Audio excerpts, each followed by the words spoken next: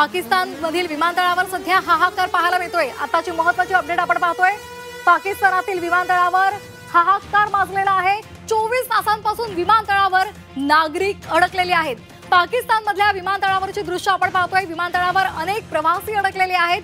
विविध विमानतळांवर सध्या विमानसेवा या विस्कळीत झालेल्या आहेत। लाहोर, कराची, इस्लामाबादमध्ये सध्या विमानसेवांवर परिणाम झालेला आहे। युद्धामुळे तिथल्या विमानसेवा बंद झालेल्या आहेत, ठप्प झालेल्या आहेत आणि या सगळ्यांच्या पार्श्वभूमीवर विविध विमानतळांवर तिथले प्रवासी अडकून पडल्याची माहिती आता आपल्यापर्यंत पोहोचली आहे।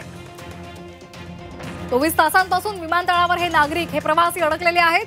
पाकिस्तानमधील विविध विमानतळांवर सध्या ही स्थिती आहे। तिथल्या विमानसेवा सध्या बंद आहेत।